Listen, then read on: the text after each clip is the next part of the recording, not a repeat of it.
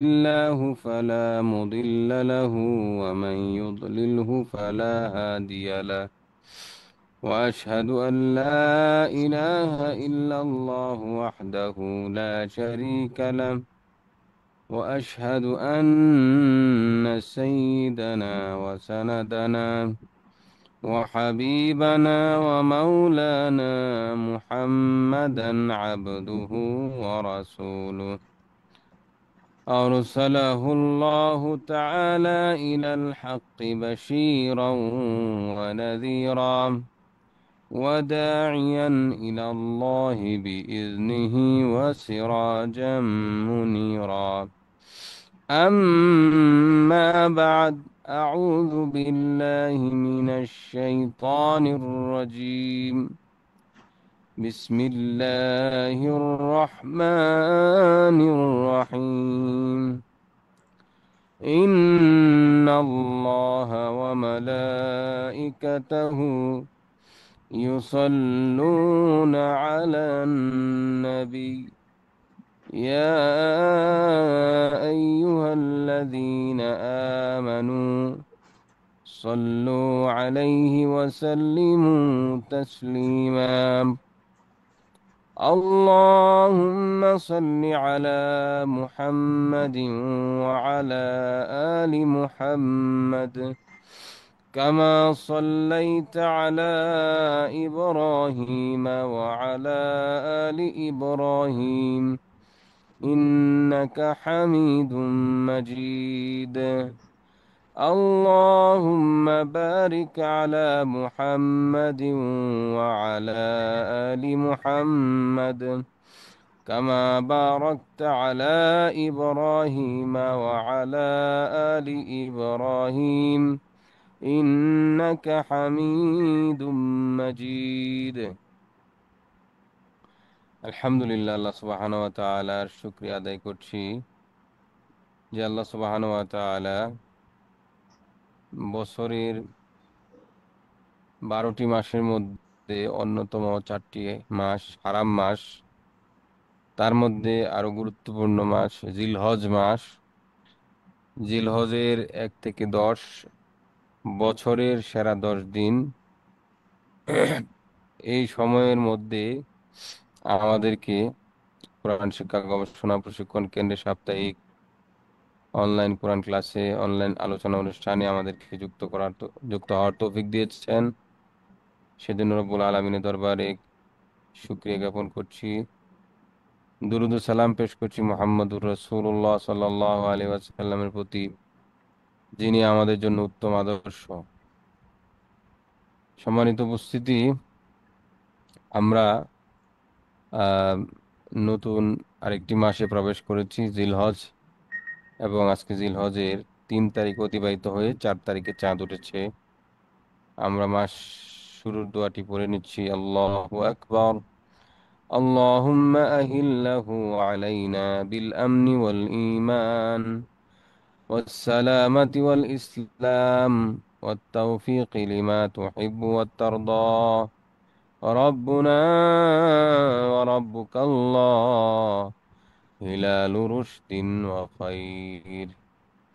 আলহামদুলিল্লাহ, আমরা আজকের বিষয়বস্তু অলরেডি জেনেছি যে কুরবানির তাৎপর্য। আমরা এই আলোচনাটি একটি রেকর্ডেড ভিডিও থেকে শুনবো, যে আলোচনাটি স্যার করেছিলেন, প্রফেসর ডক্টর মোহাম্মদ আব্দুল্লাহ আল বাকি স্যার। তো ওনার রেকর্ড আলোচনা থেকে শুনবো ইনশাআল্লাহ তাআলা। জি রাশেদ ভাই।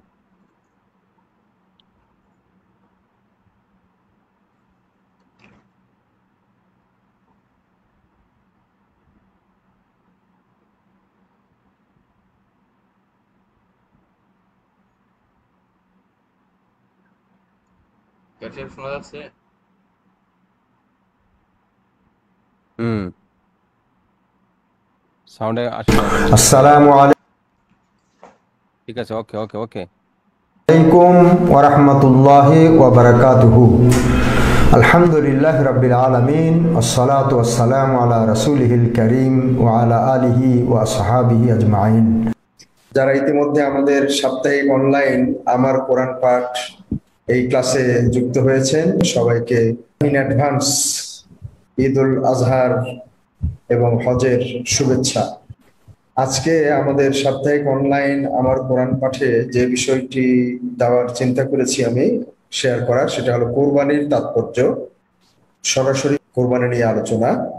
তো প্রথমেই সূরা হজের ২৬ থেকে ৪২ আয়াত পর্যন্ত তেলাওয়াত করব এবং এর তর্জমাটা আপনাদের কাছে উপস্থাপন করব। যদিও আমি ব্যক্তিগতভাবে মনে করেছি যে সূরা হজ ১ থেকে ৪৮ এই পুরা সূরাটাই আমাদের বারবার তেলাওয়াত করা দরকার তর্জমা সহ, এবং হজ, কোরবানি ইত্যাদি বিষয়ে এখান থেকে অনেক ইনফরমেশন এক্সট্রাক্ট করার মতো আছে। আমি এখান থেকে কয়েকটি বিষয় আপনাদের কাছে আজকে তুলে ধরার চেষ্টা করব। কারণ আমি যখন প্রথমে মেসেজটা তৈরি করতে গেলাম তখন আমি ২৬ থেকে ৪২ তৈরি করলাম। এরপরে যখন আমি হঠাৎ করে মনে হলো আচ্ছা আমি প্রথম থেকে একটু পড়ে আসি, তো ১ থেকে যখন পড়লাম তখন মনে হলো ২৬-৪২ না দিয়ে ১ থেকে ২২ পর্যন্ত দিলে ভালো হয়। তো ১ থেকে ২২ পর্যন্তও কাটলাম, কেটে যুক্ত করলাম। এরপরে গতকাল যখন আমি হঠাৎ করে মনে হলো যে শেষ পর্যন্ত একটু পড়ে দেখি ৪২-এর পরে, তো ৪২-এর পরে দেখি মাত্র ৬টা আয়াত, ৪৮টা আয়াত মোট। আমি ৬টা আয়াত দেখলাম যে এই ৬টা আয়াত পড়া দরকার। ৪২ আয়াত যেখানে থামবো দেখবেন ইনকমপ্লিট আর কি, এটা কমপ্লিট হয়নি। ৪২ নম্বর আয়াতে কমপ্লিট হয়নি, একটা টেক্সট শুরু হয়েছে কিন্তু এটা শেষ হয়নি। ৪৮ পর্যন্ত গেলে এটা শেষ হতো। সেজন্য আমি আমার জন্য এবং আপনাদের সবার জন্য যারা আমাদের কোরআন ক্লাসে অংশগ্রহণ করেন, আর আপনারা নিশ্চয়ই এটা মনে রাখবেন, কারণ আমি খুব অ্যাসার্টিভলি বলি যে আমাদের এই অনুষ্ঠানটা গতানুগতিক ওয়াজ নসিহতের মতো বা দোয়ার অনুষ্ঠান নয়, গতানুগতিক নয়। এটার উদ্দেশ্য হলো আমি যেগুলো সাধারণত এক্সট্রাক্ট করি সেটা আপনারাও যেন সহজেই গ্রহণ করতে পারেন, ধরতে পারেন, সেই পদ্ধতিটা আপনাদের সঙ্গে শেয়ার করি মাত্র। এবং আপনারা নিশ্চয়ই স্বীকার করবেন যে প্রতিটি বিষয়ে আমি উপস্থাপন করার সময়ে আমার সীমাহীন সীমাবদ্ধতার কথা স্বীকার করি, এবং সামনের দিনে এটাকে বেটার থেকে বেটার করার সম্ভব সেই সুযোগ যেখানে আছে সেটাও আমি পরিষ্কার করে আপনাদের কাছে বলি। তো এই বলেই আমি আপনাদের কাছে শুরু করছি আজকের অনুষ্ঠানটা। সূরা হজের ২৬ থেকে ৪২ আমি একটু তেলাওয়াত করি। আউযু বিল্লাহি মিনাশ শাইতানির রাজীম। বিসমিল্লাহির রহমানির রহিম। وَإِذْ بَوَّأْنَا لِإِبْرَاهِيمَ مَكَانَ الْبَيْتِ أَلَّا تُشْرِكْ بِي شَيْئًا وَطَهِّرْ بَيْتِيَ للطائفين والقائمين والركع السجود وأذن في الناس بالحج يأتوك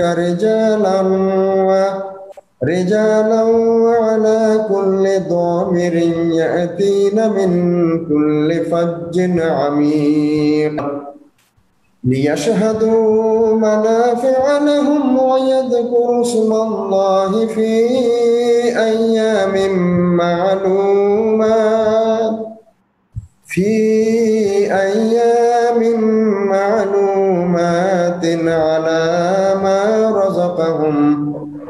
على ما رزقهم من بهيمة الأنعام فكلوا منها وأطعموا البائس الفقير ثم ليقضوا تفثهم وليوفوا نذورهم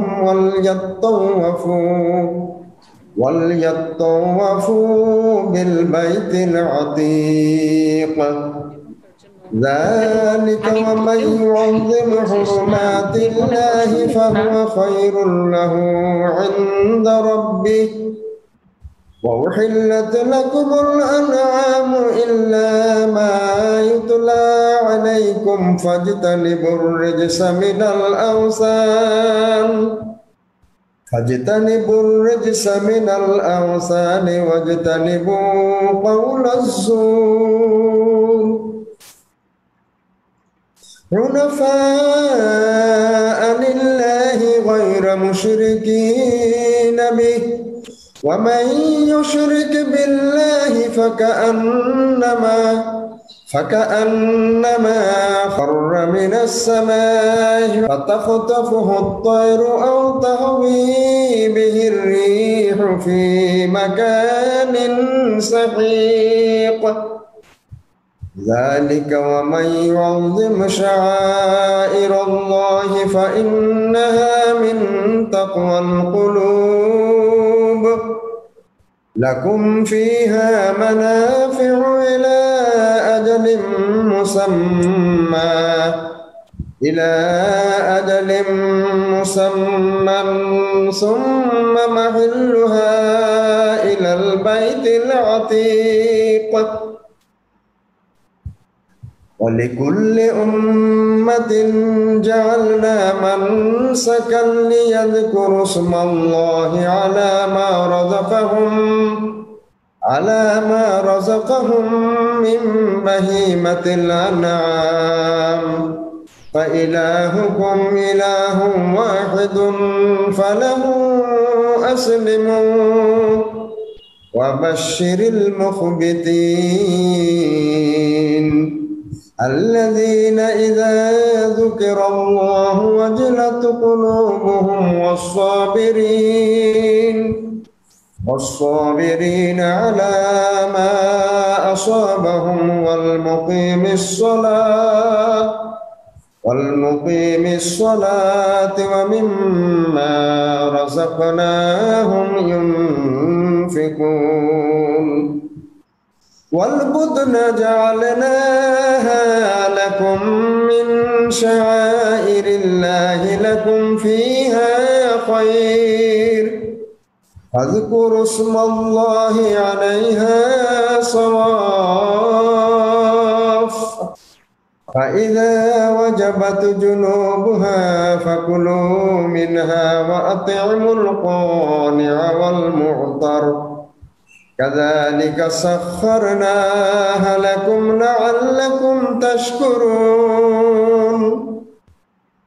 لن ينال الله لحومها ولا دماؤها ولكن يناله التقوى منكم كذلك سخرها لكم لتكبروا الله على ما هداكم وبشر المحسنين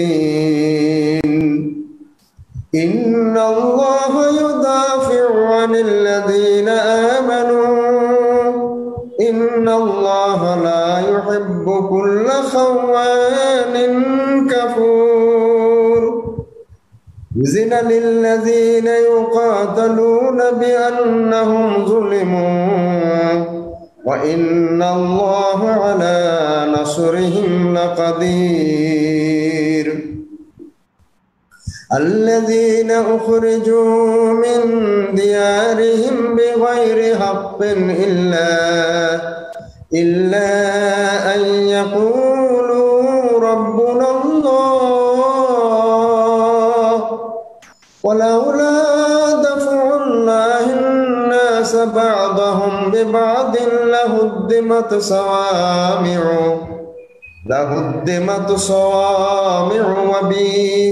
وبيع وصلوات ومساجد يذكر فيها اسم الله كثيرا ولينصرن الله من ينصره إن الله لقوي عزيز الذين إن مكناهم في الأرض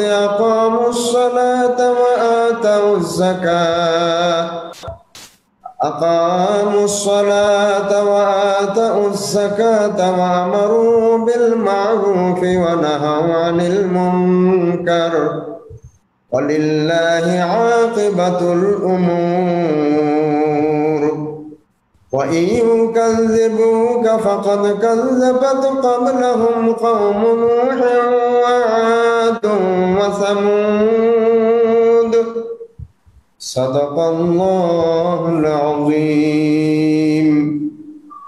সময় বাঁচানোর জন্য 48 পর্যন্ত গেলাম না। তর্জমাটা মানে যেহেতু আমি আলাদা আলোচনা করব না এটার উপরে, এখান থেকে অনেকগুলো বিষয় প্রাসঙ্গিকভাবে আসবে, সেজন্য ঠিক তর্জমাও বলবো না, আবার সারমর্মের আকারেও বলবো না, জাস্ট আপনাদের নজরে আনা যে এই 26 থেকে 42 পর্যন্ত আয়াতের মধ্যে আল্লাহ কি কি বিষয় বলেছেন, মূলত যেগুলো হজ বা বিশেষ করে কুরবানির সঙ্গে সম্পর্কিত। 26 নম্বরে বলছেন, স্মরণ করো যখন আমি ইব্রাহিমের জন্য নির্ধারণ করে দিয়েছিলাম সেই গৃহের স্থান, কাবা ঘরের একটি জায়গা বা কাবা ঘরকে, এবং বলেছিলাম আমার সঙ্গে কোনো শরীক স্থির করবে না, আমার গৃহকে পবিত্র রাখবে তাদের জন্য যারা তওয়াফ করবে, সালাত আদায় করবে, রুকু করবে এবং সেজদা করবে। এটা ইব্রাহিম আলাইহিস সালামের প্রতি আল্লাহ তাআলার একটা দায়িত্ব। এবং মানুষের নিকট হজের ঘোষণা করে দিবে, তারা তোমার নিকট আসবে পদব্রজে, পায়ে হেঁটে এবং সর্বপ্রকার ক্ষীণকায় উটের পিঠে। এই ক্ষীণকার তর্জমাটা আমার একটু দেখা দরকার, এটা এখন পর্যন্ত ভালো মতো দেখতে পারিনি। এটা কি ক্ষীণকায় উত্তম হবে না আর কোনো ভালো ল্যাঙ্গুয়েজ তর্জমা, আধুনিক তর্জমা আসতে পারে, এটা একটু দেখতে হবে। সর্বপ্রকার ক্ষীণকায় উষ্টের পিঠে এরা আসবে দূর দূরান্তের পথ অতিক্রম করে। এটা হুবহু তর্জমায় কিন্তু আমি সাজিয়ে একটু বলছি, যাতে তারা তাদের কল্যাণময় স্থান, মানে হজের যে কল্যাণময় স্থান, এই যে 27 নম্বর গুলো হজের কথা, 28 নম্বরে বলতেছে কল্যাণময় স্থানগুলিতে উপস্থিত হতে পারে, এবং তিনি তাদেরকে যে চতুষ্পদ জন্তু থেকে রিজিক হিসাবে দান করেছেন। দেখেন এই চতুষ্পদ জন্তুর কথা আল্লাহ কোরআনে উল্লেখ করেছেন, এবং দেখবেন এই সূরাটার মধ্যে এই টার্মিনোলজিটা কতবার ইউজ হয়েছে, খেয়াল করবেন। আমরা তো পশু কোরবানি করব, কিন্তু আল্লাহ পশু সম্পর্কে, বিশেষ করে যে পশুগুলোকে তিনি কোরবানির জন্য সিলেক্ট করেছেন, হালাল করেছেন, সেগুলো সম্পর্কে তার বক্তব্য কি, এটা কিন্তু আমরা কোনোদিনই জানার চেষ্টা করিনি। আমার মনে হয় আমিও এবারে আপনাদের জন্য এই ম্যাটেরিয়ালটা তৈরি করতে গিয়ে যেভাবে এই বিষয়টা নজরে এনেছি, ইতিপূর্বে কখনো এই বিষয়টা এইভাবে নজরে আনিনি। দেখেন কোথায় হজ, কোথায় কল্যাণময় স্থান, কোথায় কাবা গৃহ, কোথায় ইব্রাহিম, তার মধ্যে চতুষ্পদ জন্তু। জাস্ট ইমাজিন, ইমাজিন মহান আল্লাহ তাআলা স্রষ্টা হিসেবে তার দায়িত্বশীলতা, তার আন্তরিকতা, এবং কোনো কিছুকে তিনি ছোট্ট মনে করেন না, সবকিছুকে তিনি তার উপযুক্ত অবস্থানে স্থান দান করেন। যে চতুষ্পদ জন্তু রিজিক হিসেবে দান করেছেন, তার উপরে তারা যেন ওই নির্দিষ্ট দিনগুলিতে তারা যেন আল্লাহর নাম উচ্চারণ করতে পারে, এবং এরপরে তোমরা এখান থেকে নিজেরা খাবে এবং দুস্থ এবং অভাবগ্রস্তদেরকে আহার করাবে। তারপর তারা অপরিচ্ছন্নতা দূর করবে, অর্থাৎ ইহরাম খুলে ফেলবে এবং মানত পূর্ণ করে তওয়াফ করবে, প্রাচীন গৃহের মানে ফরজ তওয়াফ করবে। এবং 30 নম্বরে এটাই বিধান, এবং কেউ আল্লাহ কর্তৃক নির্ধারিত পবিত্র অনুষ্ঠানগুলি, দেখছেন এই শব্দটা কিন্তু আমাদের বিস্তারিত জানা দরকার। এই যে তিনি প্রথম থেকে শুরু করলেন, 26 থেকে অথবা ইভেন এর উপর থেকে আরো আগের থেকে শুরু করলেন, হজের অনুষ্ঠানগুলো একটার পর একটা বলে যাচ্ছেন। এই অনুষ্ঠানগুলির সম্মান যারা করবে তাদের জন্য এটাই উত্তম, তারা যেন জেনে রাখে তাদের প্রতিপালকের কাছে এই অনুষ্ঠানগুলির সম্মান করাটা উত্তম। হজের ফরজ হোক, ওয়াজিব হোক, সুন্নাত হোক, মুস্তাহাব হোক, হ্যাঁ, এবং যে স্থানগুলি, যে পশুগুলি, সবগুলির সম্মান করাটাই তাদের প্রতিপালকের নিকটে উত্তম। তোমাদের জন্য হালাল করা হয়েছে গবাদি পশু জন্তু, দেখেন আবার ওই গবাদি পশু, খেয়াল করেন গবাদি পশু, এগুলি ব্যতীত যা তোমাদেরকে শোনানো হয়েছে, যেগুলো হারাম করেছি আমি আগে, শুকর টুকর ইত্যাদি যেগুলো আগে বলেছি, আল্লাহ যেগুলো বলেছেন কোরআনের অন্যত্র, সেগুলো বাদ দিয়ে এই গবাদি পশু জন্তুগুলো, এই জানোয়ারগুলো, এই প্রাণীগুলো তোমাদের জন্য হালাল করা হয়েছে। সুতরাং তোমরা মূর্তি পূজার অপবিত্রতা বর্জন করো এবং মিথ্যা কথা বলা থেকে বিরত থাকো। আমি কেন পড়ছি এগুলো? আমরা যারা কোরবানি করব, এই পশুগুলোর গায়ে যারা হাত দিব, এদের গলায় যারা ছুরি চালাবো, তাদেরকে কি কি বিষয় সূরা হজ দিক নির্দেশনা দিচ্ছে, এগুলো একটু হাইলাইট করার জন্য এই জায়গাটা আমি বাছাই করেছি। যদিও কুরবানি নিয়ে আমি সাধারণত সূরা সাফফাতের সেই 101 থেকে 110 পর্যন্ত তেলাওয়াত করি, এই সাধারণত, যেটা ইব্রাহিম আলাইহিস সালামকে তার পুত্রকে কোরবানি করার ব্যাপারে যে আয়াতগুলো নাজিল হয়েছিল। কিন্তু আজকে প্রথম কিন্তু আমি এই বিষয়টা আপনাদের সঙ্গে শেয়ার করছি। গবাদি পশু যেগুলো আমি হালাল করেছি সেগুলোর উপরে আমার নাম নাও এবং এগুলোর সম্মান করো, এবং মূর্তি পূজার অপবিত্রতা, অদ্ভুত মিল। এ ব্যাপারে আমি শেষে একটা প্রশ্ন করেছি, যে আল্লাহ গবাদি পশু সৃষ্টি করলেন এবং আরো অন্যান্য জীবজন্তু সৃষ্টি করলেন, সে আল্লাহ এগুলোর মধ্যে কোনোটা কোনোটা আমাদের জন্য হালাল করলেন আর কোনোটা হারাম করলেন, এটা কি তার এখতিয়ারভুক্ত নয়? এটা কি তার রাইট নয়? এটা কি তার অধিকার নয়? এবং তিনি যেগুলোর উপরে তার নাম গ্রহণ করে, তার নাম নিয়ে যেগুলোকে জবাই করে হালাল ঘোষণা করেছেন, সেগুলোকে আবার মূর্তি বানায় পূজা করতেছে মানুষ, কিরকম বাড়াবাড়ি! সেগুলোকে হারাম ঘোষণা করতেছে এবং সেগুলোকে দেবতা মনে করে সেগুলোর পূজা করতেছে। দেখেন কেন পাশাপাশি এই ওয়ার্ডটা আসলো, আই ডোন্ট নো ইয়েট, আমাকে আরো পড়াশোনা করতে হবে। সূরা হাজের 30 নম্বরে গবাদি পশু জন্তুগুলি তোমাদের জন্য হালাল করেছি, আর যেগুলো আমি হারাম করছি সেগুলো আমি আগে কিন্তু বলে দিছি অন্য জায়গায়। সুতরাং তোমরা এখন মূর্তি পূজার অপবিত্রতা থেকে বিরত থাকো। আরে মানুষ তো গরুরও পূজা করতেছে, কারণ গরু নাকি দেবতা, ওটার গোশত খাওয়া যাবে না। অথচ আল্লাহ গরু সৃষ্টি করছে, যারা বলতেছে দেবতা তারাও গরু তৈরি করেনি, আর যে গরুকে দেবতা বলতেছে এই গরু নিজেকে তৈরি করেনি। যিনি সৃষ্টি করেছেন তিনি বলতেছেন এগুলা হালাল, আর তারা এটাকে হারাম বানায় এটার পূজা করতে বলতেছে। এবং দূরে থাকো মিথ্যা কথা থেকে, খেয়াল করেন যা বলতেছো তোমরা বানায় টানায় বলতেছো, সব মিথ্যা বলতেছো। আমি গরুকে হারাম করিনি, আমি উটকে হারাম করিনি, আমি অমুককে হারাম করিনি, আমি যেটা হারাম করছি সেটা আমি বলে দিছি। সুতরাং আর মিথ্যা কথা বলো না, বিশেষ করে যারা হজ ওমরা বা কোরবানি করতেছো। আল্লাহর প্রতি একনিষ্ঠ হয়ে তার কোনো শরিক না করো না, তার সঙ্গে কোনো শরিক করো না। দেখেন এর সঙ্গে গবাদি পশুর সঙ্গে মিল রেখে বললেন, যে কেউ আল্লাহর সঙ্গে শরিক করে তার অবস্থা এরকম যে সে আকাশ থেকে পড়ে গেল, হঠাৎ করে উঠতেছিল হঠাৎ করে পড়ে গেল, তারপরে একটা দ্রুতগামী পাখি এসে ছোঁ মেরে নিয়ে গেল, অথবা একটা ঝঞ্ঝা বিক্ষুব্ধ বাতাস এসে তাকে উড়ে এমন এক জায়গায় দূরবর্তী জায়গায় নিয়ে গেল যেটা সে চিনে না, তার অপরিচিত জায়গা, দূরবর্তী জায়গা মানে অজানা জায়গায় নিয়ে নিক্ষেপ করলো, যেখান থেকে সে আর তার বাড়িতে ফিরে আসতে পারবে না। দেখেন কি উদাহরণ, সুবহানাল্লাহ। এটাই আল্লাহর বিধান, এবং যে কেউ আল্লাহর নিদর্শনকে সম্মান করে এটা তার তাকওয়ার প্রমাণ। দেখেন নিদর্শন, এর আগে কিন্তু গবাদি পশু এবং তার ঘর এবং হজের অনুষ্ঠানাদি এবং অন্যান্য জীবজন্তু তার নিদর্শন হিসাবে আল্লাহ ঘোষণা করেছেন।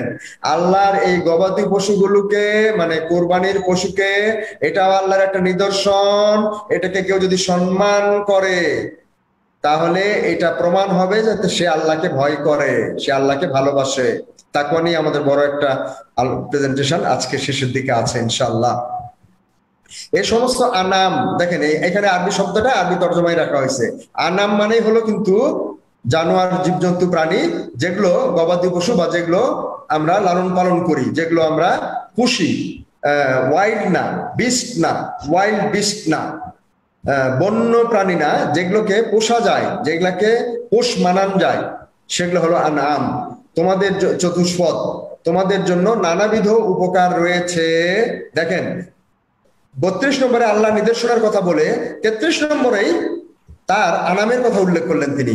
নির্দিষ্ট কালের জন্য মানে তোমরা নিশ্চয়ই এক এক কাজে ব্যবহার করো, এক এক বয়স পর্যন্ত ব্যবহার করো, অতঃপর তাদেরকে কুরবানিও করো, সেগুলোকে আবার নিয়ে আসো প্রাচীন গৃহ মানে কাবা গৃহের নিকট মানে মিনা, কাবা গৃহের নিকট মানে মিনা, মিনাতে সেই কুরবানির জায়গাতে তোমরা ওগুলোকে নিয়ে আসো।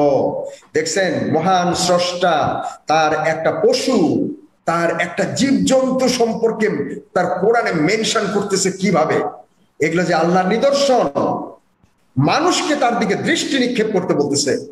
কল্পনা করতে পারেন? এরপরে দেখেন, আমি প্রত্যেক সম্প্রদায়ের জন্য কোরবানির নিয়ম বলে দিয়েছি, তিনি তাদেরকে জীবন ও উপকরণ স্বরূপ যে সকল চতুষ্পদ জন্তু, দেখছেন আবার চতুষ্পদ জন্তু, ওই আনাম, চতুষ্পদ জন্তু দিয়েছেন, সেগুলির উপর তারা যেন আল্লাহর নাম উচ্চারণ করে।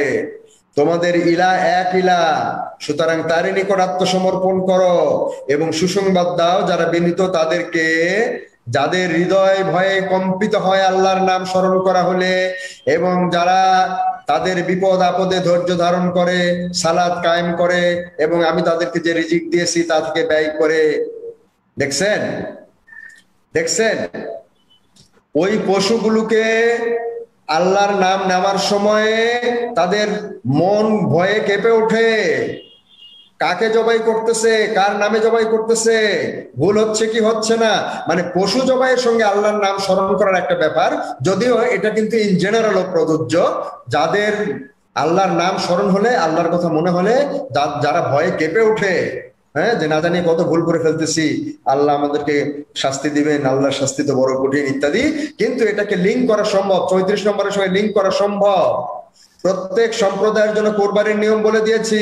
প্রিয় ভাই বোনেরা আমার, আমার লেকচারে যারা শুনছেন, আমি নিঃসংকোচ চিত্তে আপনাদেরকে বলবো, 34-এর সঙ্গে 35 মিলাই যদি পড়েন, তাহলে মনে রাখবেন কোরবানির ব্যাপারেও আল্লাহর কথা স্মরণ করে আমাদের দিলটা যেন কেঁপে ওঠে, যে আমি কার গলায় চাকু চালাচ্ছি, কার গোশত ভাগ বাটোয়ারা করতেছি, কি উদ্দেশ্যে করছি, কেন করছি, কি পদ্ধতিতে করছি, কতটা করতে পারতাম, কতটা করছি, সব কিছু আল্লাহ জানেন। সুতরাং সেই সব জাননেওয়ালা স্রষ্টার কথা মনে হলে আমাদের ভয় পাওয়া উচিত। এছাড়াও যদি আল্লাহর দিকে ধৈর্য ধরে থাকি, সালাত কায়েম করি এবং তার দেওয়া রিজিক থেকে ব্যয় করি, আর এই রিজিক থেকে ব্যয় করা কোরবানির পশু কেনা অথবা সেটা কোরবানি করাও আল্লাহ রিজিক থেকে ব্যয় করার মধ্যেই পড়ে। এরপরে আরো অদ্ভুত, আরো অদ্ভুত, এতক্ষণ পর্যন্ত আনাম বা হালাল চতুষ্পদ পশুগুলোর, গৃহপালিত পশুগুলোর কথা বলা হলো। এখন একটা পশু সম্পর্কে মহান স্রষ্টা আল্লাহ রাব্বুল আলামিন কোরআনের মধ্যে আয়াত নাজিল করছেন, এবং এই উট, এই যে উট, এই নিয়ে কোরআনে কত আয়াত আছে, এবং কিভাবে মানুষকে ওই উটের দিকে দৃষ্টি নিক্ষেপ করতে বলেছে। এক জায়গায় বলতেছে, সূরা আম্পারার একটা সূরাতে বলতেছে, আফালা ইয়ানজুরুনা ইলাল ইবলি কাইফা খুলিকাত, তারা কেন দৃষ্টি দেয় না, তারা কি দৃষ্টি দেয় না আমার উটের দিকে, কিভাবে আমি তাকে বানিয়েছি, সৃষ্টি করেছি। দেখেন সুবহানাল্লাহ, আল্লাহ আপনি কত মহান, একটা উট আপনি বানিয়েছেন মানুষের তুলনায় যার দাম কত কম, সেই উটের কথাটাও আপনি কোরআনে উল্লেখ করেছেন। আপনি কত মহান স্রষ্টা, কত মহান স্রষ্টা। হ্যাঁ, এবং উটকে করেছি আল্লাহর নিদর্শনগুলির অন্যতম। প্রিয় ভাই বোনেরা আমার, দেখেন, কোনদিন কি দেখেছেন আল্লাহ উট নিয়ে, উট কুরবানির ব্যাপারে আল্লাহ কোরআনে কি বলেছে? কোনদিন কি দেখেছেন উট কুরবানিকারীরা?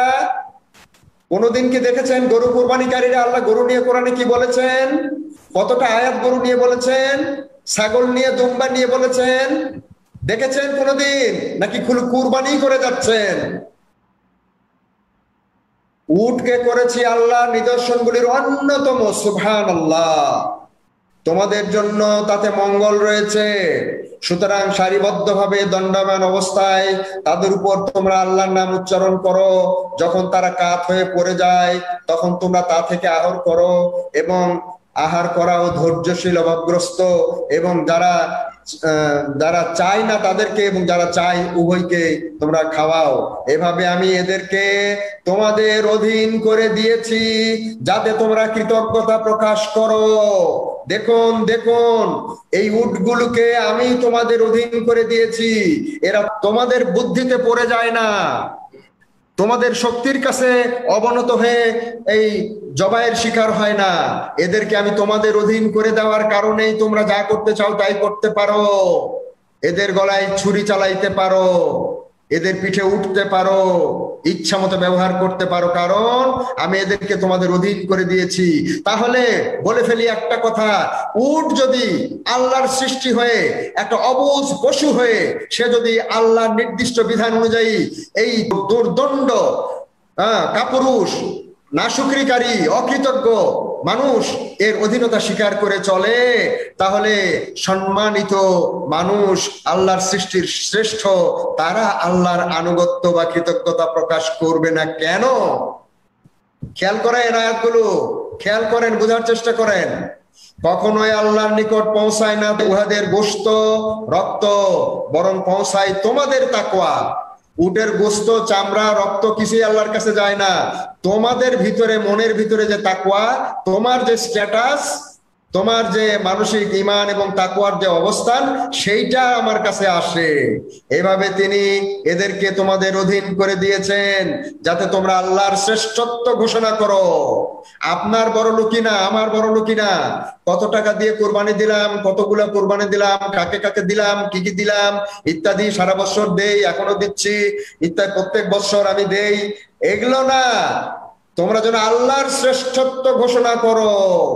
এই উটটা কিভাবে আল্লাহর আনুগত্য প্রকাশ করে তোমার কথা মতো কুরবানি হয়ে যাচ্ছে, তাহলে তুমি আব্দুল্লাহ বাকি আল্লাহ যখন তোমাকে কুরবানি হতে বলতেছে আল্লাহর জন্য, তখন ঘ্যানর ঘ্যানর প্যানর প্যানর চালাকি চাতুর্য করতেছো কেন?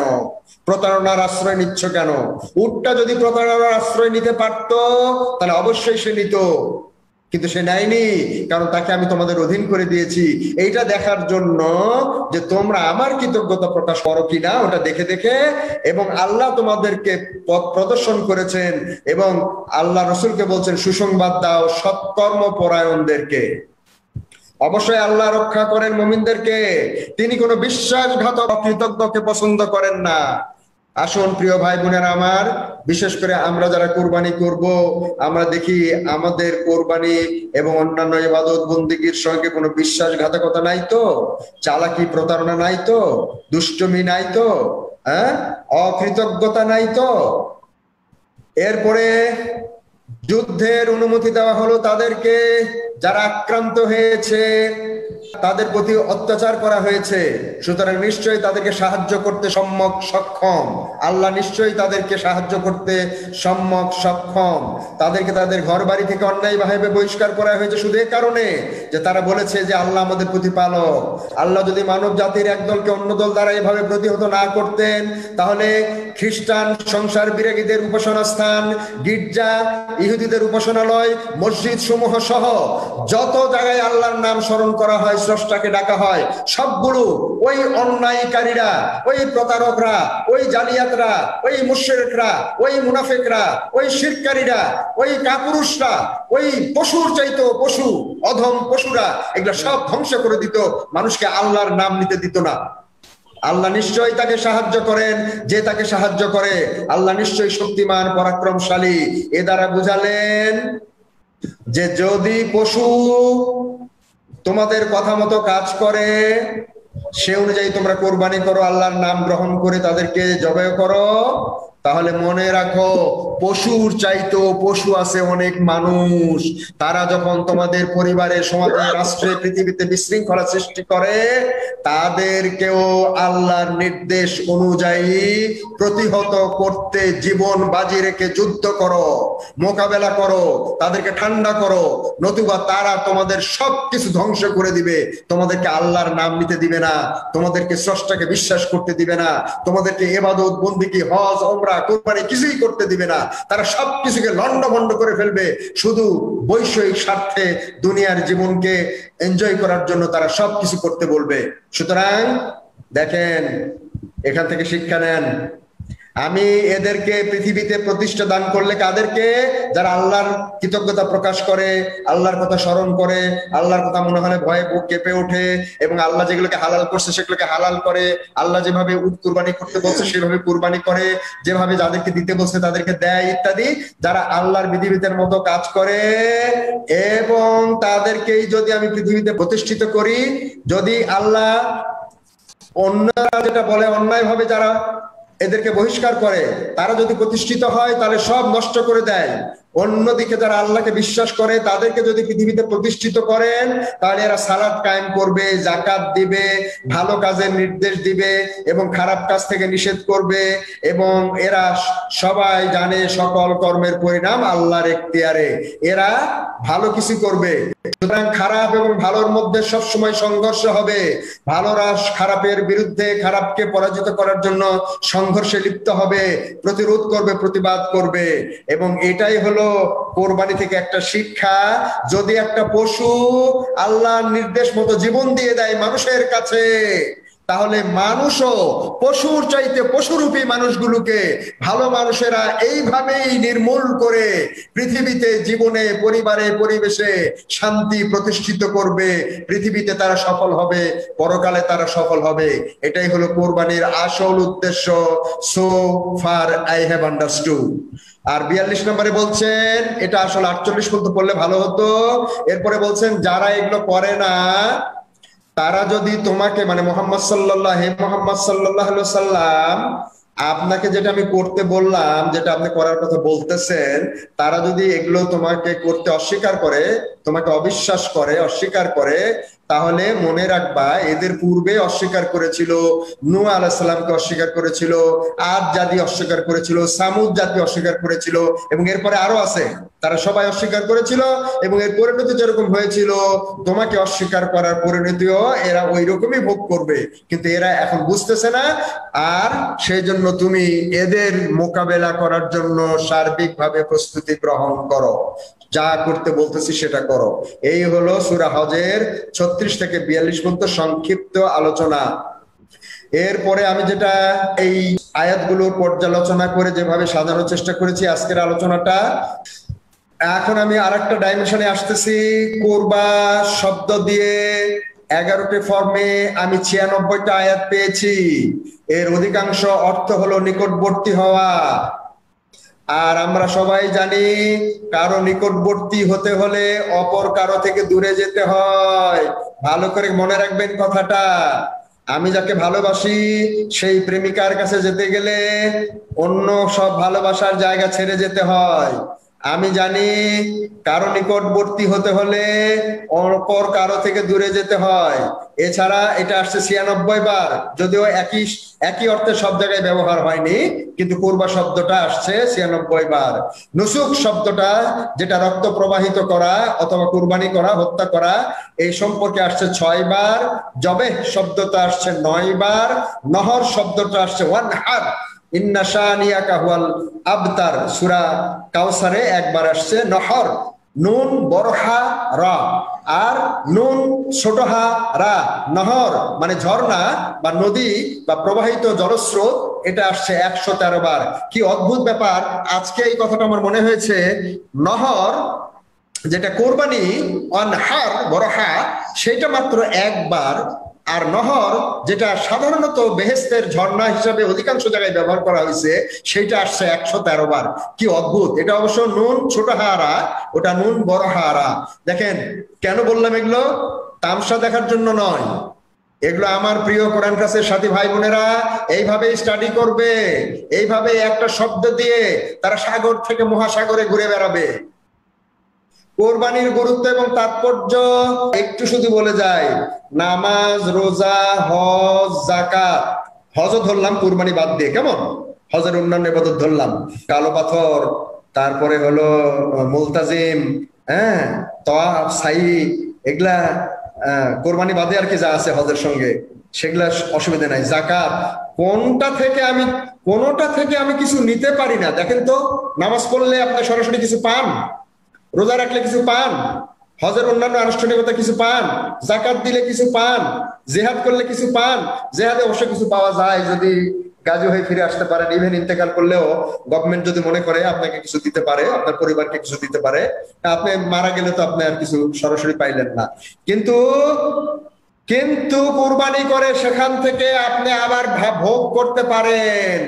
পার্থক্য বোঝার চেষ্টা করেন। এটা আমি অন্য জায়গায় বলে নি, তাই এখানে বলে গেলাম, এটা শেষে বলা উচিত ছিল। নামাজ, রোজা, হজ, যাকাত সঙ্গে কোরবানির পার্থক্য করবেন।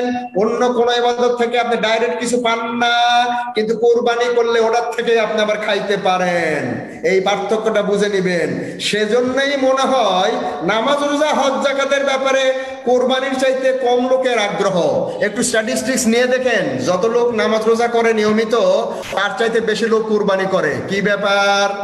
ব্যাপার হলো এখানে অন্যান্য বিষয়ে একেবারেই আগ্রহী নন এমন অনেকেরই এখানে মানে কুরবানিতে বেশ আগ্রহের কারণও মনে হয় এখানেই। তাহলে কারণ এখান থেকে কিছু ভোগ করার পাওয়া যায়, সারা বছরের জন্য ফ্রিজ ভরা গোস্ত পাওয়া যায়, ইত্যাদি ইত্যাদি পাওয়া যায়।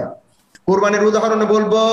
কোরবানির প্রথম উদাহরণ আমার প্রিয় কোরআন কাছের সাথী ভাই বোনেরা, শুধু ইব্রাহিম ইসমাইল দেখলে চলবে না, আরো ব্যাকে যেতে হবে। আরো গুরুত্বপূর্ণ তথ্য আছে আমাদের কাছে কোরবানির।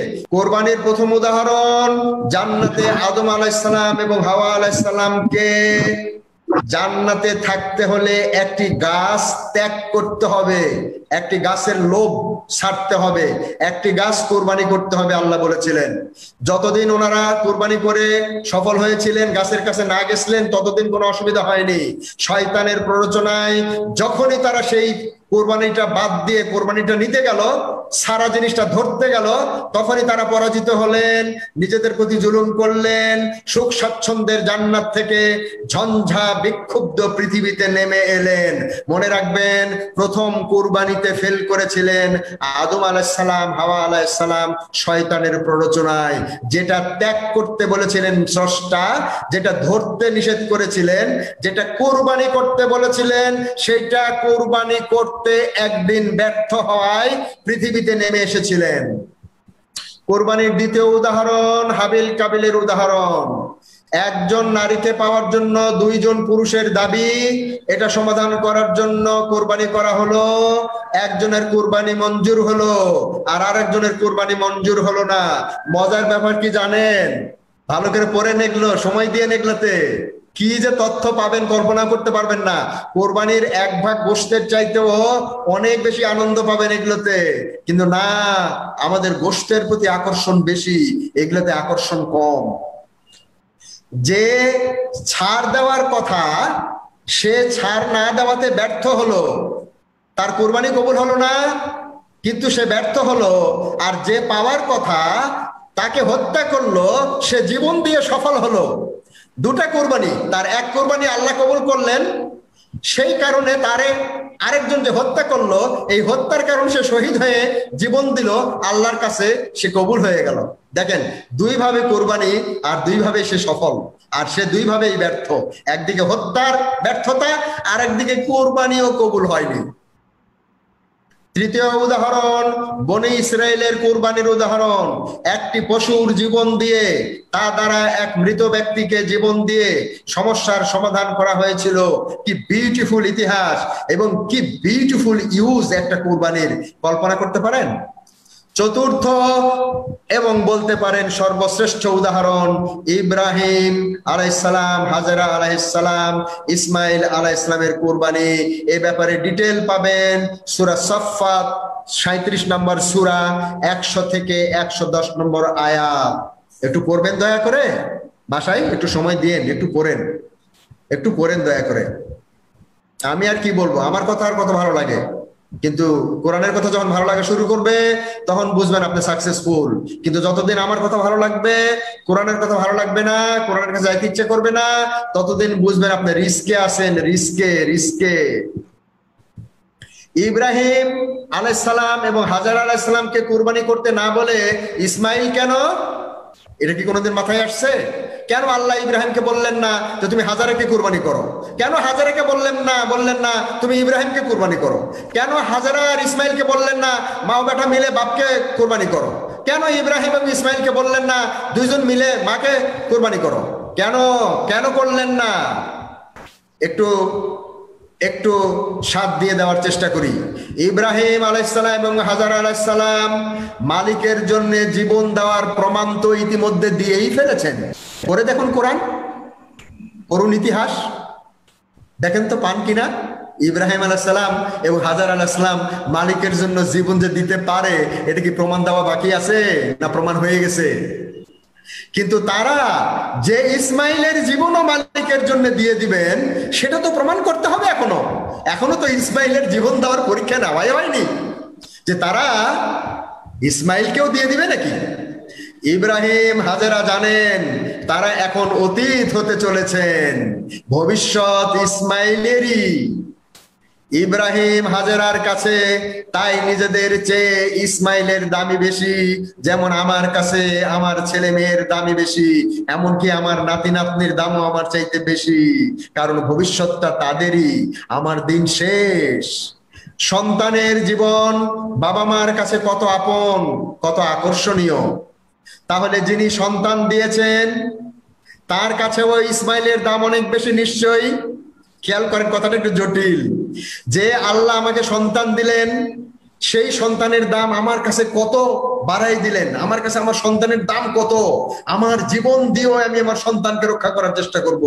এই মায়াটা তো আল্লাহ দিছেন। তাহলে যে আল্লাহ ইসমাইল দিলেন ইব্রাহিমকে, সেই আল্লাহ ইসমাইলকে কত ভালোবাসেন তাহলে। হ্যাঁ, বাবা ইব্রাহিম আর মা হাজেরা জীবনের সাফল্যের জন্য জীবনের জীবন, লালকালি জীবনের জীবন, তাদের জীবন, তাদের জীবনের জীবন ইসমাইলকে জীবনদাতার জন্য উৎসর্গ করলেন। কারণ তারা বুঝতে পারলেন যে ইসমাইলের দামই আল্লাহর কাছে বেশি আমাদের চাইতে, কারণ ভবিষ্যৎ ইসমাইলেরই। প্রতিষ্ঠিত করলেন ইতিহাসের সর্বশ্রেষ্ঠ কুরবানির উদাহরণ মালিকের মুখে। তাই তো ইব্রাহিম, হাজেরা আর ইসমাইলের ঈর্ষণীয় সাফল্য গাথা। মালিক কিন্তু শুধু ইসমাইলের প্রশংসা করেনি, হাজেরারও প্রশংসা করছে, ইব্রাহিমের প্রশংসা করছে, হ্যাঁ, গোষ্ঠী ধরে প্রশংসা করছে। জীবনদাতা স্রষ্টা আল্লাহ শেষ পর্যন্ত ইসমাইলকে কুরবানি করতেই দেয়নি।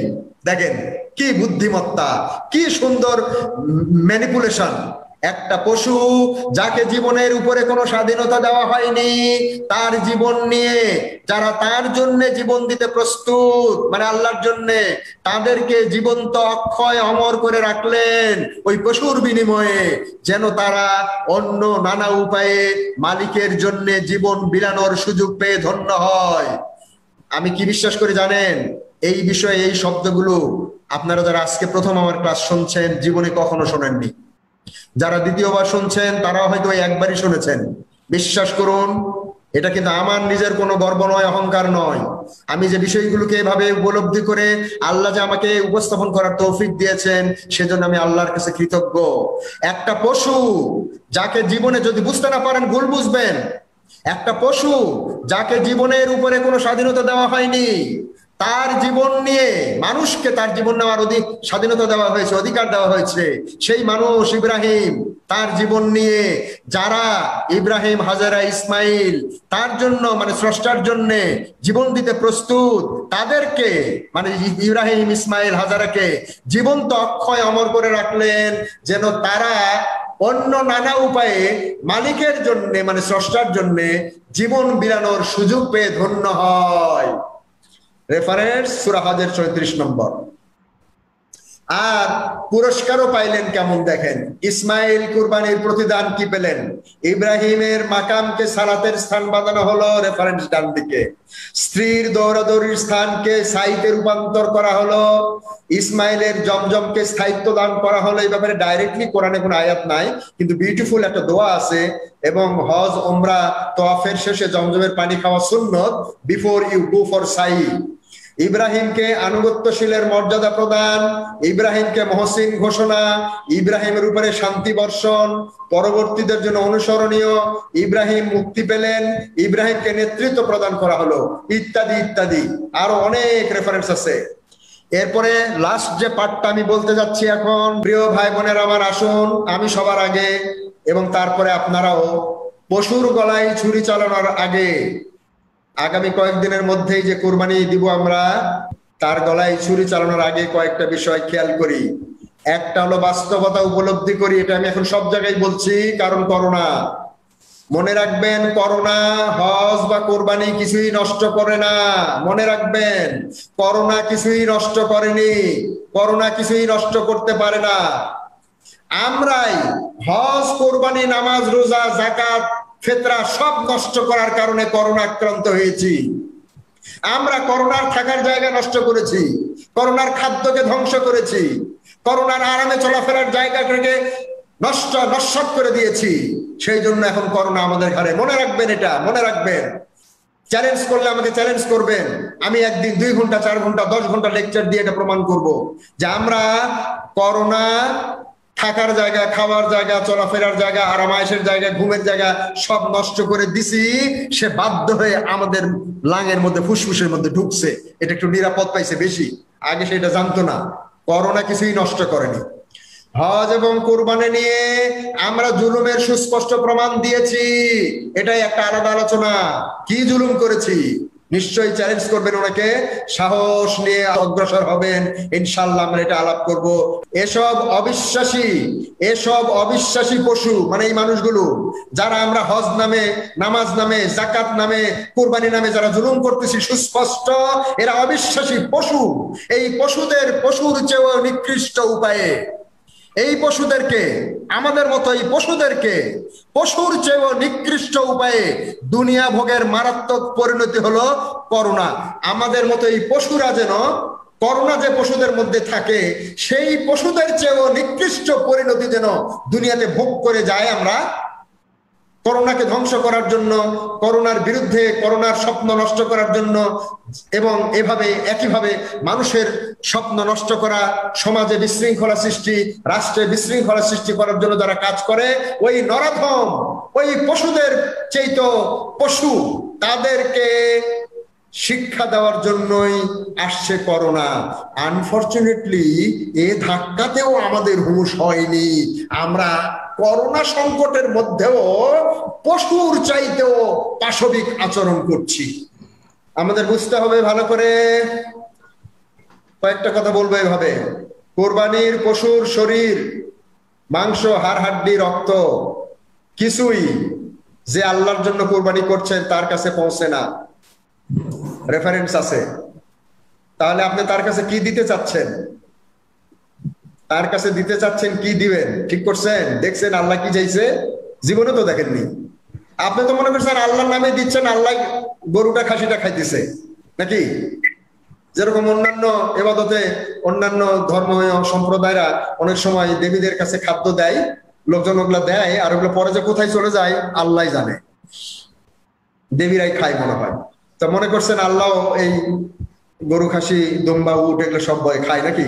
দেখার চেষ্টা করছেন যে আল্লাহ কি চাই, ওইটা কেন দিছেন, কেন দিতে বলছে, ওটার কোনটা কোনটা উনি নিবে, কোনটা কোনটা নিবে না, কোনটা কোনটা আপনার, এগুলো বলে দিছে। তো দেখেন আল্লাহ বলতেছে তাকওয়া নেই, তাকওয়া, তাকওয়া, তাকওয়া মানে জানি, তাকওয়া কাকে বলে? তাকওয়া মানে ভালোবাসা, তাকওয়া মানে বিশ্বাস, তাকওয়া মানে ভয়, তাকওয়া মানে আনুগত্য। সুতরাং যার যত বেশি তাকওয়া তত দামি কুরবানি, তত বেশি প্রাপ্তি। গরুর দাম বেশি না, উটের দাম বেশি না, তার বিশ্বাস বেশি, তার ভালোবাসা বেশি, তার ভয় বেশি, তার আনুগত্য বেশি। কি দিয়ে মাপবেন? তার মানে আবার এই না যে যার দামি গরু দেওয়ার তৌফিক আছে সেও 60,000 টাকায় গরু দিবে না, সে 6 লাখ টাকার গরুই দিবে, অসুবিধা নাই। কিন্তু ওই 6 লাখ টাকার গরু দিলেই তাকওয়া হয়ে গেল না, এটার মধ্যে আরো কিছু থাকতে হবে। কেউ 60,000 টাকায় গরু দিলেও বড় তাকওয়া হয়ে যেতে পারে। সবচেয়ে বেশি দাম কিসের? জীবনের। মালিকের জন্য সময়, সম্পদ এবং শক্তি, ক্ষমতা ও জীবন তার নির্দিষ্ট খাতে ব্যয় করতে হবে। করছি কিনা একটু দেখি। পশুর গলায় হাত দেওয়ার আগে দেখি তো আমি আমার সময়, আমার সম্পদ, আমার শক্তি, ক্ষমতা এবং জীবন বলতে যা বোঝায় সবকিছু কি মালিকের নির্দিষ্ট খাতে খরচ করছি? নির্দিষ্ট পরিমাণে, নির্দিষ্ট সময়ে নিজের জীবনটাকে মালিকের জন্য উৎসর্গ করতে কি সম্পূর্ণ সম্মত এবং প্রস্তুত আছি? নাকি ব্যাটার উপর দিয়ে চালাই দিব, নাকি দুম্বার উপর দিয়ে চালাই দিব? কেবল তারাই কোন পশুর জীবন নেওয়ার অধিকার পান যারা নিজের জীবনটাকে মালিক বললে মালিকের জন্য দিয়ে দিতেন। আর মালিক এটা জানে যে আব্দুল্লাহ বাকি তার জীবনটা আমি চাইলে দিয়ে দিত কি না। এখন সবাই বুকে হাত দিয়ে ঠিক করি যে মালিক যদি কালকে আমাকে বলে তোর জীবনটাই আমি চাচ্ছি, দিবি? তাহলে দিব কি না? যদি হ্যাঁ উত্তর হয় তাহলে পশুর গলায় হাত দেওয়ার চিন্তা করেন, হাটে যায়। আর যদি না উত্তর হয় তাহলে আগামী 3-4 দিন আগে নিজে নিজে নিয়ে গুছাই নেন যে হ্যাঁ এখন আমি রেডি। মালিক যদি আমাকে চাই আমাকেই দিয়ে দিব। মালিক যদি আমার পরিবর্তে গরু কুরবানি করে সেটা ওনার ইচ্ছা, কিন্তু আমি আমাকেই দিয়ে দিতে প্রস্তুত। তারাই শুধু পশুর জীবন নেওয়ার অধিকার পাবে যারা নিজেদের জীবনের, আর মালিকও এসব জীবনকে সম্প্রসারিত করেন। আপনার জীবন না নিয়েও অন্যভাবে তিনি আপনার গরুর জীবন নিয়ে আপনাকে বড় করে রাখবেন, পরিপূর্ণ করবেন এবং স্থায়ী করবেন। এই ব্যাপারে সবচেয়ে বেশি গুরুত্বপূর্ণ হলো মালিকের গুরুত্ব বা দাম উপলব্ধি করা। আপনি কার কথা শুনবেন বেশি? যার দাম বেশি, যার পজিশন বড়, তার কথা শুনবেন, না যার দাম কম, যার পজিশন ছোট এবং যার কাছে আছে কম তার কথা শুনবেন? কি করেন দুনিয়ার জীবনে? এখন হিসাব করেন আপনার মালিক কে, তার দাম কত, তার দূরত্ব কত, তাহলে তার কথা শুনবেন না তার চাইতে কম দামি কারো কথা শুনবেন? যারা এটা উপলব্ধি করে না তারাই বেশি দামিটা নিজের জন্য রেখে কম দামিটাই মালিকের জন্য দিতে পারে না। নিজেকে তো দেয় না, তার চাইতে কম দামি যেটা সেটাও মালিকের জন্য দিতে পারে না। তারাই হয় পশুর চেয়েও অধম, নিকৃষ্ট। আমি এ ব্যাপারে কোরআনের একটা আয়াত দেখাবো আপনাদেরকে, এই ব্যাপারে কোরআনের একটা আয়াত দেখাবো। এভাবে যারা জীবনের সবকিছুকে নিজের আয়ত্তে নিজের মতো করেই ধরে রাখে, ছাড়ে না, কোন পশুর জীবনের উপরে হাত দেওয়ার অধিকার তার থাকে না। তার কুরবানি হয় লোক দেখানো, সামাজিকতা।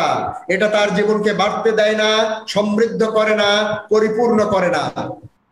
জীবনদাতার কাছে সে ব্যর্থ হয়, তার সান্নিধ্য থেকে বঞ্চিত হয়, হয়ে চিরস্থায়ী শাস্তিতে আবদ্ধ হয়। তাদের কারণেই ওই মানবরূপী অমানুষগুলোর কারণে মানুষের সমাজ, পরিবার, রাষ্ট্র বিপদে পড়ে, বিশৃঙ্খলায় ভরে ওঠে। এসব পাষণ্ডদের হাত থেকে জীবন এবং জগৎকে রক্ষা করতে স্রষ্টা প্রেমিকরা, আসল কোরবানিকারীরা, যারা মালিকের জন্য জীবন দিতে প্রস্তুত, জীবন বাজি রেখে মাঠে নামবে। কোরবানির পশু কোরবানি, সে মহড়া ও রক্ত করায় আমাদেরকে। আমার জানা উচিত কিছু পেতে হলে আগে কিছু ছাড় দিতে হয়, পাওয়ার জন্য বিলাতে হয়, ধরার জন্য ছাড়তে হয়, স্বীকার করতে হবে, আগে ত্যাগ পরে প্রাপ্তি। তাহলে কুরবানিও যে ভোগের জন্য ত্যাগ, গ্রহণের জন্য ছাড়, প্রাপ্তির জন্য পরিত্যাগ, আয়ের জন্য ব্যয়, এটা মানতে হবে। এটাও আমাকে স্বীকার করতে হবে যে বেশি পাওয়ার জন্য বেশি ত্যাগ করতে হয়, বেশি ভোগের জন্য বেশি কষ্ট করতে হয়। প্রাপ্তির আকাঙ্ক্ষা যত বড়, ছাড়ের পরিমাণও তত বিশাল হতে হয়, এবং যত বেশি ব্যয় তত বেশি আয়। এটা দুনিয়ার ব্যাপারে আমরা সবাই বুঝি। আমাকে আরো বুঝতে হবে, কোরবানি শুধু এক ভাগ গোশত নয়, অথবা গরিব মিসকিন অভাবীদের জন্য বিশেষ আমিষ ঘাটতি পূরণের প্রাথমিক উৎসও নয়। কুরবানি মানে সারা বছরের জন্য সলিড গোশত ডিপ ফ্রিজ ভরে রাখা নয়। কুরবানি মানে অনেক দামি চমৎকার এক পশু সবাইকে দেখিয়ে বাহবা কুরানো নয়। বরং কুরবানি মানে ভোগ না ত্যাগ, গ্রহণ না ছাড়, প্রাপ্তি না পরিত্যাগ, আয় না ব্যয়। কুরবানি মানে যেটা ধরে রাখতে মন চায়, ছাড়তে ইচ্ছা হয় না, সেটাকে ছেড়ে দেওয়া। যেটাকে ভোগ করতে ইচ্ছা হয় সেটাকে বিলিয়ে দেওয়া। যা খুবই আপন সেটাকে ত্যাগ করা, এবং যা একান্ত কাছের তা থেকে বিচ্ছিন্ন হওয়া। কি কুরবানি করব? সময়, সম্পদ, শক্তি, ক্ষমতা, সক্ষমতা ইত্যাদি নানা সব একমুখী বিষয়। এসবের একত্রিত নানা রূপ আর নানা বৈচিত্র্যের বহুমুখী এক বিষয় হলো জীবন। জীবনে আছে শরীর, জীবনে আছে মন, আত্মা, সময়, সব। জীবনে সবচেয়ে বড় সাফল্য লাভে সেজন্যে প্রিয় ভাই বোনেরা আমার প্রয়োজন জীবনের কুরবানি। সেজন্যই আল্লাহ পশু কুরবানির মাধ্যমে এই ব্যবস্থাটা উদাহরণ হিসেবে টিকে রেখেছেন। জীবনের উপরে অধিকার শুধু জীবনদাতার, তাহলে তার দেওয়া জীবন তার জন্য উৎসর্গ করাতেই জীবনের সর্বোচ্চ সাফল্য। একটু গভীরভাবে লক্ষ্য করে বুঝতে হবে। সেজন্যই তো বাবা ইব্রাহিম আর মা হাজেরা জীবনের সাফল্যের জন্য জীবন ইসমাইলকে জীবনদাতার জন্য উৎসর্গ করে প্রতিষ্ঠিত করেছেন ইতিহাসের সর্বশ্রেষ্ঠ কুরবানির উদাহরণ। এটা আগেও বলেছি। মনোযোগ দিয়ে খেয়াল করে উপলব্ধি করতে হবে, জীবনদাতা মালিক শেষ পর্যন্ত ইসমাইলকে কিন্তু কুরবানি করতে দেননি, বরং একটা পশু যাকে জীবনের উপরে কোনো স্বাধীনতা দেওয়া হয়নি, তার জীবন নিয়ে যারা তার জন্য জীবন দিতে প্রস্তুত ছিলেন তাদেরকে কিভাবে জীবন্ত অক্ষয় অমর করে রাখলেন।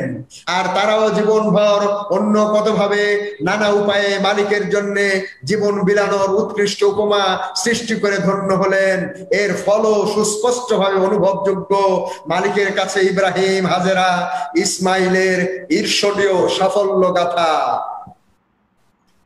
একটা স্লোগান, এরপর আরো দুটো স্লোগান আছে, এটা ভালো করে শোনেন। যে আল্লাহ, ভালো করে শোনেন, যে আল্লাহ কোরবানির পশুর ব্যাপারে প্রশংসা করতে ছাড়েন না। আজকের সূরাতে আমরা কত জায়গায় দেখলাম কোরবানির পশুর ব্যাপারে যে আল্লাহ প্রশংসা করতে ছাড়েন না, সে আল্লাহ তার জন্য কোরবানি হতে প্রস্তুত এমন মানুষকে কেমন প্রশংসা করতে পারেন? Can you imagine? Would you please try to imagine? Would you please try to understand and calculate?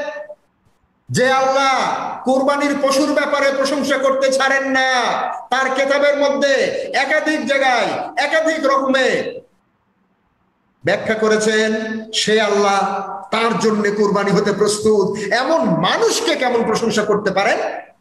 প্রমাণ ইব্রাহিম, ইসমাইল, হাজেরা। কোন দিকে যাবেন? পশুর লাইনে থাকবেন না পশুর চাইতে নরধমদের দলে যাবেন?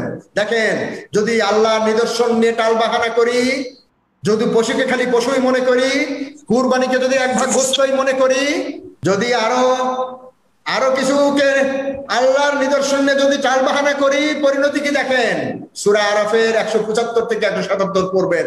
এটাও পড়া থাকলো আপনাদের, বারবার পড়বেন, বারবার পড়বেন।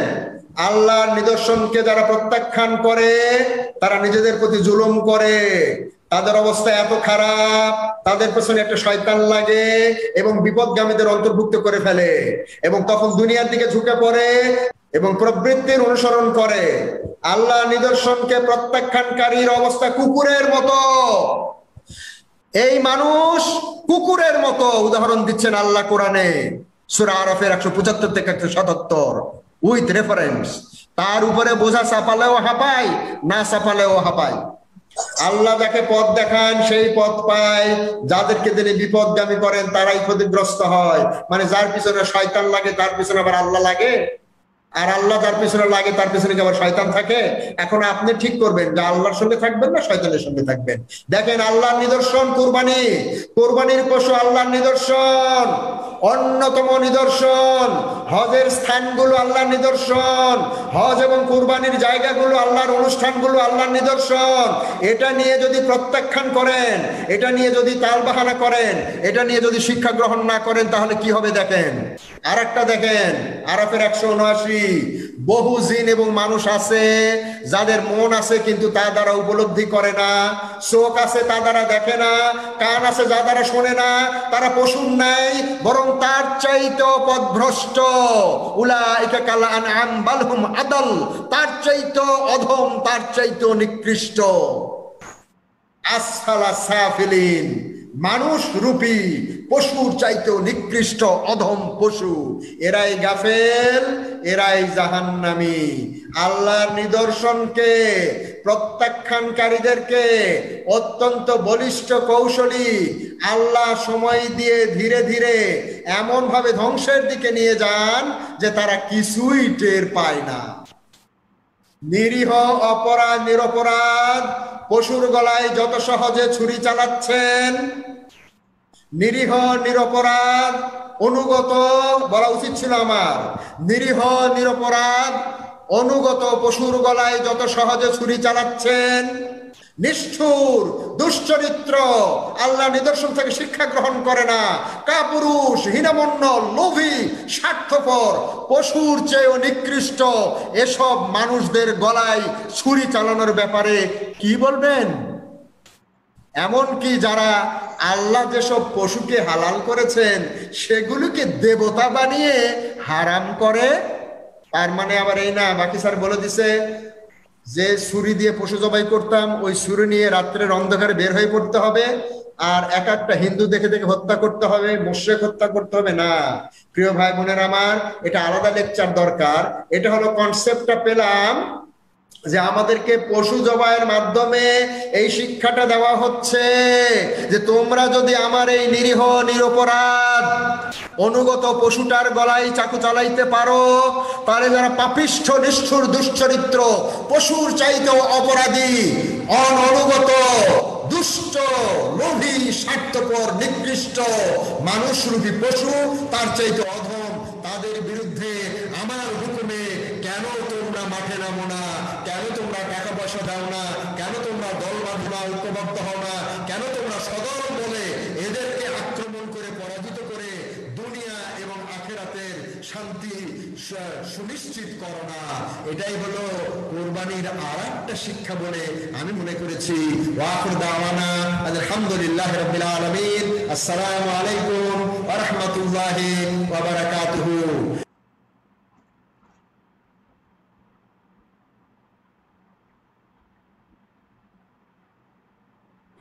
ওয়ালাইকুম আসসালাম রহমতুল্লাহ বরকাতু।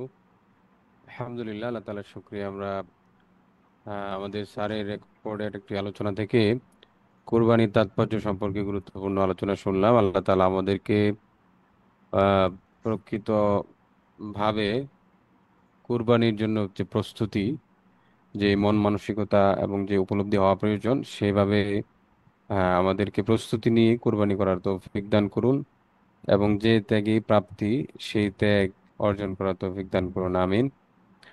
আমরা যারা জয়েন করেছি, আমাদের কোনো প্রশ্ন মন্তব্য বা কোনো প্রস্তাবনা থাকলে আমরা শেষ হ্যান্ড রাইজ করবো, অথবা চ্যাট বক্সেও লিখতে পারবো ইনশাআল্লাহ। পাশাপাশি আহ, যেহেতু সামনে ঈদুল আজহা, ইনশাআল্লাহ আমাদের কেন্দ্র 4 তারিখ থেকে বন্ধ থাকবে আগামী 15 তারিখ পর্যন্ত। তারপর থেকে ইনশাআল্লাহ ধারাবাহিকভাবে আমাদের ক্লাসগুলো চলবে। তো আমরা সকলের জন্য দোয়া করব, এবং আমাদের স্যার এবং স্যারের কাফেলা সহ বিশ্বের সকল মুসলিম উম্মাহ যারা হজ অনুষ্ঠানে যুক্ত হয়েছেন তাদের জন্য দোয়া করব, তাদের থেকে যেন যেন আল্লাহ তাআলা হাজ্জে মাবরুর নসিব করেন, এবং তারাও যেন আমাদের জন্য দোয়া করতে পারেন। আল্লাহ তাআলা যেন তাদের দোয়া কবুল করে আমাদেরকেও মাফ করেন ইনশাআল্লাহ তাআলা। তো কারো কোনো প্রশ্ন মন্তব্য প্রস্তাবনা থাকলে হ্যান্ড রাইজ করুন, অথবা চ্যাট বক্সে মেসেজ লিখুন, তারপরে আমরা শেষ করবো ইনশাআল্লাহ।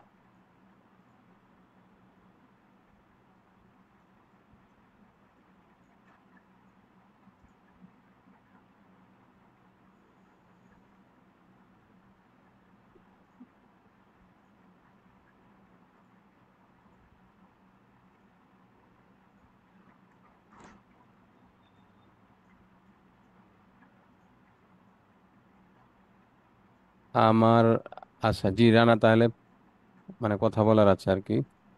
জি, আপনি আনমিউট করে কথা বলুন। আসসালামু আলাইকুম। ওয়ালাইকুম আসসালাম রহমতুল্লাহ।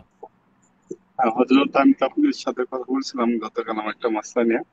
পরে যেমন আমি আমার ফ্রেন্ডের বড় ভাই থাকে মক্কাতে, তো জি ওনাকে বললাম যে আমার ওই যে একটা দম দিতে হবে। পরে জি। বললো যে আপনার কি সমস্যা। আমি বললাম এই মাসলা। পরে বললো আপনার জুতার ছবিটা তুলে দেন। হুম আমার কাছে ওই যে মক্কা মদিনায় যারা ইউনিভার্সিটিতে পড়ালেখা করে ওদের নাম্বার আছে, তো তাই আমি হুম। ওদের সাথে একটু কথা বলে দেখি। পরে দিলাম, তো ওরা বলতেছে যে জুতাটা যদি সম্পূর্ণ পা ঢাকা থাকে, তো সেক্ষেত্রে আপনার দম দিতে হবে। জুতাটা পা টাকনু সহ ঢাকা থাকবে। আর আপনার জুতাটা যে সিস্টেম, ওইভাবে দম দিতে হবে না। ওনারা আমাকে এবার জানাইছে দুইটা লোক। তো এই হলো আচ্ছা। বিষয়। আর আমি আমার ওই যে হজের যে মুআল্লিম ছিল, উনি আমার মুফতি সাহেব, উনি বললো যে জুতা আমার পায়ে দেখে নাই। উনি বললো, আমি ওনার ছবি দেখেছি, কয়েকটা আপনার মানে যেমনি বুঝাইছি, বলতেছে দম দিতে হবে। মানে হুম। দুটানার ভিতরে পড়ে গেলাম যে আমাদের মহল্লাতে যে উনি বলতেছে দম দিতে হবে। এখন হ্যাঁ, আমি আপনার জুতা দেখে যেটা বুঝেছি আর কি, আপনার পায়ের 1/3 যদি আমরা বলি, 1/3 ঢাকা ছিল, জি যেটা জি জি। আমরা পায়ের 4/1 অংশ ঢাকা থাকতে পারবে, বাকি 3 অংশই খোলা রাখতে হবে। সেক্ষেত্রে আপনার আহ, এই দেখা যায় 1/3 আপনার ঢাকা ছিল এবং 12 ঘন্টার বেশি ছিল। জি। পরিষ্কার এ ব্যাপারে মাসালা আছে দমের ব্যাপারে। এখন আপনার সিদ্ধান্ত, আপনি ওইখানে আরো স্কলারদের সাথে যোগাযোগ করতে পারেন, পরামর্শ করতে পারেন ইনশাআল্লাহ, এই না, আর কি। আমি যেমন যেমন হানাফি মাযহাব অনুসরণ করি, এখন তো আমার তাদের আলেম ওলামাদের কথা শুনতে হবে, বুঝলি সেটা। এটা এটা তো আল্লাহ তাআলা জ্ঞান দিছে। হুম এখন হুম। আমি তো এখন উনি যেটা দিছে, ওখানে আবার আহলে হাদিস আছে। এরা তো আবার আমাদের সাথে কিছু মাসলাগত বিভেদ আছে। তো এর জি জন্য জি। আমি বিষয়টা আরো খোলামেলা হলাম আপনার সাথে। এখন আমি তো আমার ইতে সিদ্ধান্ত আছে। আমি ওনাকে দায়িত্ব যখন দিলাম, উনি বললো যে আপনি এই করেন, তাই আরেকটু তাহাকে করেন, আমি তাহাকে করে দিই। উনি আমাকে যেটা বললো, তো আচ্ছা এখন আচ্ছা। ওনার তো আর মানা করতে পারি না, বুঝছেন না। না না, ঠিক আছে, অবশ্যই এটা তাহকিক করাটাই উচিত, এবং প্রত্যেকটা মাসালায় ভালো করে তাহকিক করে করা উচিত। আহ, হ্যাঁ, ঠিক আছে। জি যেমন জি আমি জি। যদি একটা মাসালা আপনাকে, ওই যেটা উপর ভিত্তি করে আমরা এটা বলে থাকি আর কি। উম আচ্ছা, এই হলো আমার বিষয়ে সমস্যা নেই, এখন আপনি অন্য হ্যাঁ, এই যে দেখেন আমি টপিক। একটা মাসালা আপনাকে দেখাচ্ছি, স্ক্রিনশট দিচ্ছি। এটা আমরা আলোচনা করছি আমাদের প্রশিক্ষণ